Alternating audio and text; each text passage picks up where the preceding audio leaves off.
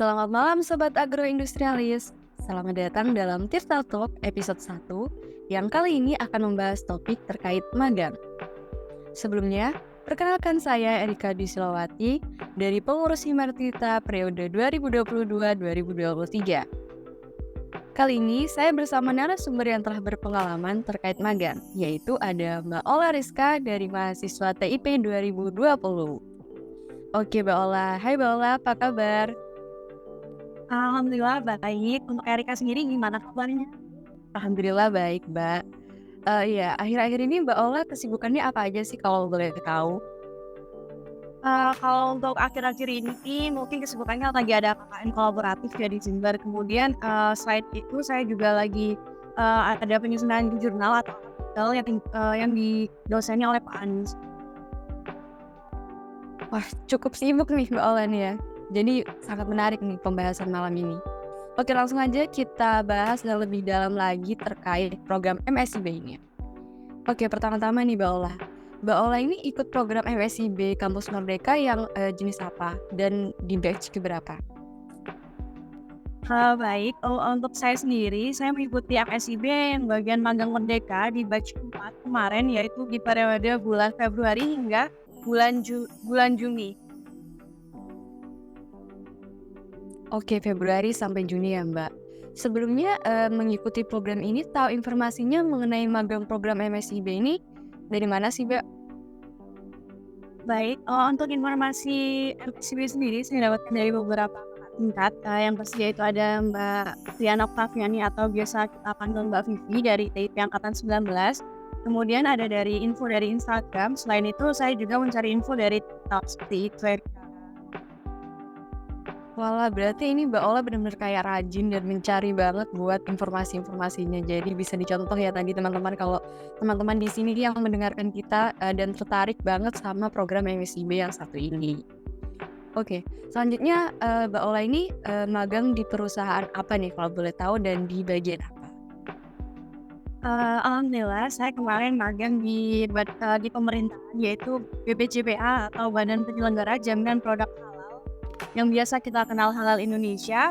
Kemudian saya magang di bagian bidang standarisasi halal, di mana bidang ini nantinya akan membuat pedoman-pedoman atau yang biasa kita kenal peraturan bagaimana cara menghalalkan produk seperti produk makanan, minuman, kosmetik, kimia, obat-obatan, dan lain-lain. Wah, aku baru denger, ini baru pembukaan loh, aku udah kayak speechless banget. Sumpah ini keren banget buat kita bahas lebih panjang lagi. Ayo Mbak Ola, magang di tempat itu berapa lama dalam menempuh program ini? Untuk program magang yang kemarin saya tempuh itu sekitar 5 bulan, namun saya berada di Jakarta sekitar 4 bulan karena waktu mobilisasi saya berangkat di awal Maret, sedangkan programnya dimulai di tanggal 16 Februari, tapi saya masih di Jember dan dilakukan secara online. Seperti itu. Wah, walah, jadi kemarin itu online terlebih dahulu baru diberangkatkan di bulan Maret ya Mbak Ola. Oke. Selanjutnya nih, mungkin ini masuk ke pertanyaan yang banyak-banyak ditanyai oleh teman-teman yang mungkin mendengarkan Tirta Talk ini. Program magang yang dijalankan oleh atau diikuti oleh Mbak Ola ini sendiri udah berbayar atau tidak Mbak? Nah, ini yang bikin teman-teman semangat. Biasanya program magang yang saya jalankan kemarin, alhamdulillahnya yaitu berbayar. Berbayar 5 bulan, tapi pencairannya ada 2 termin. Jadi 3 bulan pertama nanti akan dirangkap setelah kita menjalankan program magang 3 bulan, baru cair 3 bulan. Setelah itu di bulan kelima baru kita akan cair lagi 2 bulan. Oh, jadi untuk pencairannya itu 2 termin ya Mbak. Wah, ini teman-teman yang mendengarkan pasti udah kayak wah banget karena ini pasti yang ditunggu-tunggu dan membuat teman-teman ini semakin semangat buat mengikuti program yang sama ini. Oke, seperti yang kita tahu bersama nih ya teman-teman dan Mbak Ola ini, kita kan tahu kalau magang itu merupakan gambaran dalam dunia kerja, istilahnya kayak simulasi kita lah. Nah, dalam praktiknya ini Mbak Ola yang sudah memiliki pengalaman sendiri kemarin, ada nggak sih Mbak perlakuan khusus dalam beban kerja yang diberikan oleh perusahaan itu antara anak magangnya sama karyawan yang memang sudah bekerja di situ? Pastinya ada ya, karena kami magang, mungkin kami belum dipercayai beberapa hal yang memang riskan untuk ditangani oleh seorang anak magang. kami. Jadi untuk anak magang di bagian saya yaitu standarisasi halal, kami hanya ditugaskan untuk membuat skema standarisasi halal produk makanan dan minuman. Ada yang juga kimia, itu tergantung dari jurusan mereka sendiri. Seperti jurusan kimia nanti akan membuat skema produk halal yaitu untuk produk kimia saja seperti itu. Nah, selain itu kami juga membantu staf untuk menangani beberapa hal seperti pembuatan sertifikasi LPH atau biasa kita kenal dengan lembaga pendamping halal seperti itu. Selain itu sih kita anak magang cuma membantu yang hal-hal administrasi yang notulensi, kemudian dokumentasi aja. Untuk hal-hal riset kami belum sampai ke sana. Oke, berarti anak magang ini dikatakanlah kayak baru dikasih, tugas yang dasar-dasar saja ya, Mbak. Tapi cukup menarik, untuk teman-teman semua pasti sudah semakin tertarik untuk mengikuti program magang ini, apalagi tadi juga, dibagi-bagi sesuai dengan jurusannya. Pastinya kita juga tidak terlalu, beratlah untuk mengikuti karena juga kita jurusannya di TIP ini. Nah, selanjutnya Mbak Ola boleh dong, share ke kita story-nya atau ceritanya keseharian dalam menyelesaikan pekerjaan selama magang atau keseruannya kayak gitu? Untuk keseharian magang sendiri kami mulai dari hari Senin hingga Jumat. Kemudian setiap harinya kami akan diberi target untuk menyelesaikan beberapa skema standarisasi produk halal. Selain itu kami juga diberi target untuk melakukan verifikasi dan validasi sertifikat halal yang diajukan oleh pelaku usaha. Nah, menurut saya sih yang paling susah bukan di tugas utama kita yang pembuatan skema, yang paling susah itu ada di verifikasi dan validasi karena ada puluhan ribu sertifikat yang diajukan oleh pelaku usaha seluruh Indonesia. Namun, anak magang sendiri akan diberikan target seperti 100 sertifikat perharinya yang harus diverifikasi dan validasi. Dan itu menurut saya beban yang cukup berat ya, karena kami juga sampai dilemburkan hingga pukul 8 malam seperti itu. Oke, jadi memang adalah, susah-susahnya juga ya, Mbak, bahkan, yang susah itu bukan dari tugas utamanya yang skema tadi, tapi malah tugas yang verifikasi sama validasi sertifikasi tadi ya, Mbak. Wah, cukup menarik nih untuk cerita-ceritanya dari Mbak Ola ya. Oh ya, selain itu nih, Mbak, nah bisa Mbak Ola kasih dong cerita lagi tentang kenapa Mbak Ola lebih memilih program magang ini dibandingkan dengan yang SI atau studi independen tadi? Baik, terima kasih pertanyaannya Erika. Untuk yang satu ini, kenapa saya milih magang dari segi independen?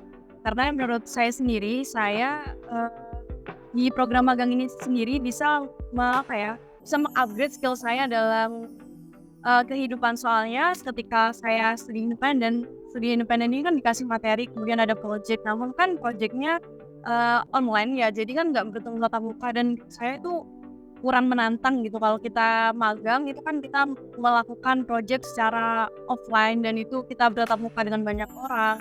Kemudian magang ini sendiri nantinya menurut saya lebih memudahkan kita untuk mendapat pekerjaan ketika kita udah lulus kuliah seperti itu.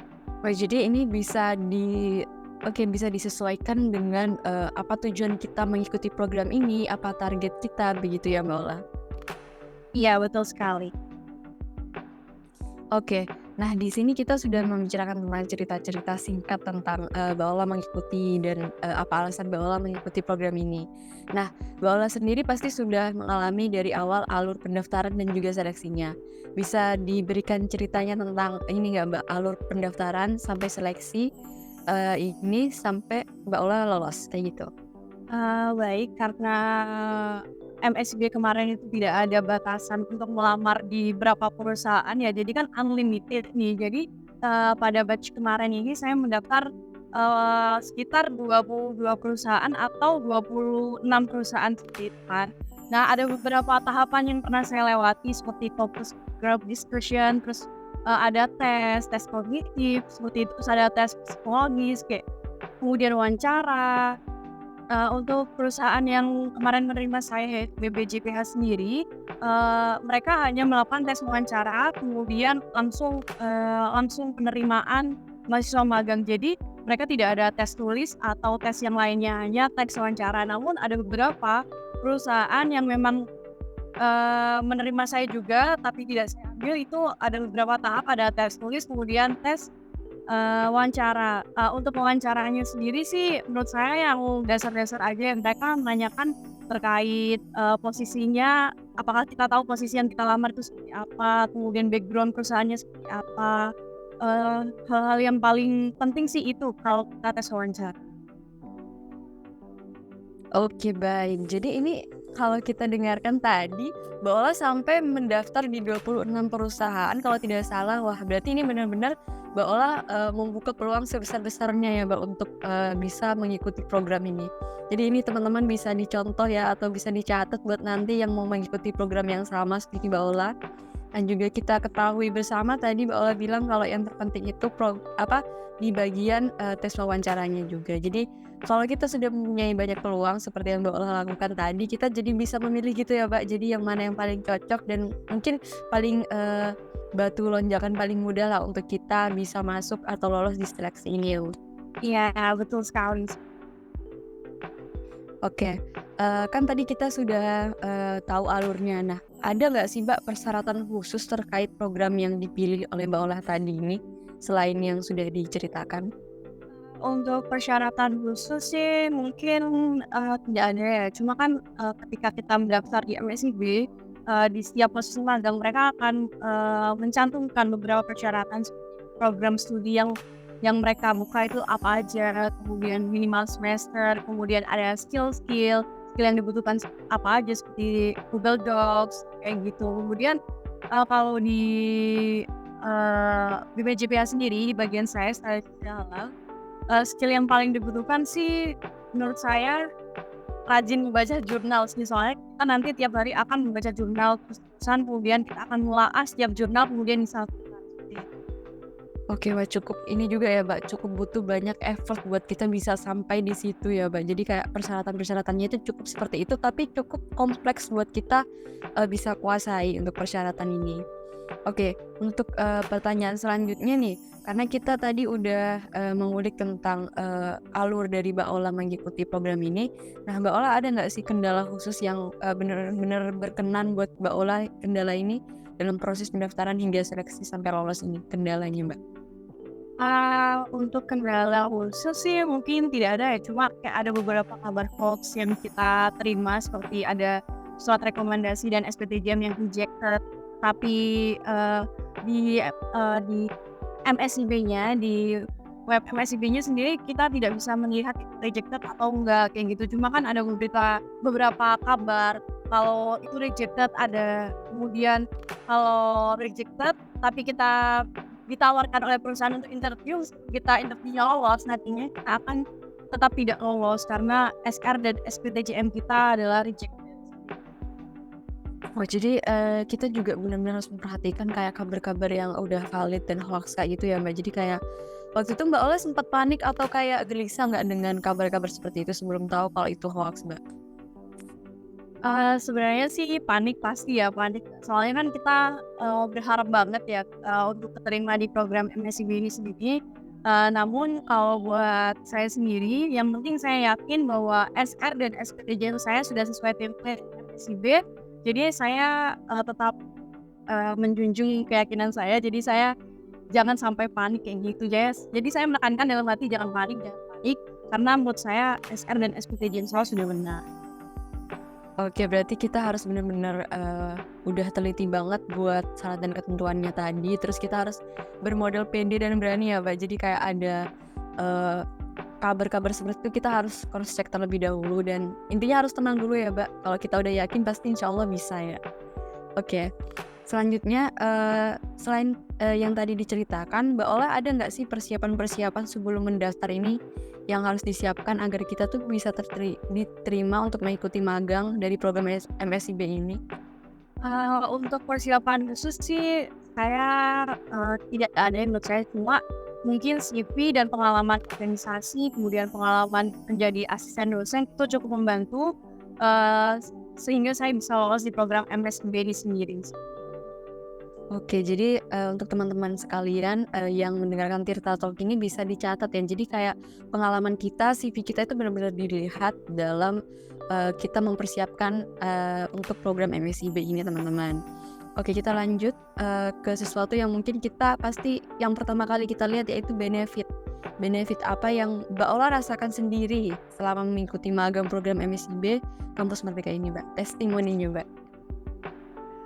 Kalau benefit sih banyak ya, yang pasti satu, materi atau yang biasa kita sebut gaji ya. Gaji, kalau dari saya sendiri karena, saya ikut, badan pemerintahan, jadi gajinya ada dari Kemendikbud dan juga ada beberapa gaji tambahan dari BPJPA sendiri.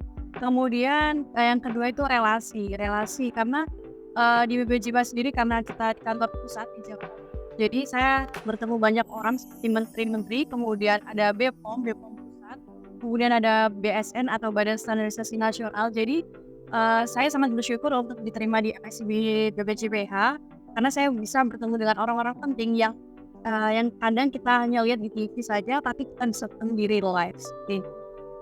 Dan juga ada lagi satu lagi nih, pengalaman kerjanya. Karena pengalaman kerja di BPJPH menurut saya itu sangat membantu saya untuk, mendapatkan pekerjaan di nanti. Iya, maksudnya di nanti ketika saya sudah lulus. Oke, sungguh benar-benar kayak menarik banget benefit yang bisa kita rasakan kalau kita mengikuti program ini. Apalagi kayak tadi Mbak Ola bilang bisa bertemu dengan tokoh-tokoh yang biasanya kita cuma lihat di TV, tapi kita bisa bertemu dengan beliau-beliau langsung. Jadi kayak benar-benar sangat menginspirasi.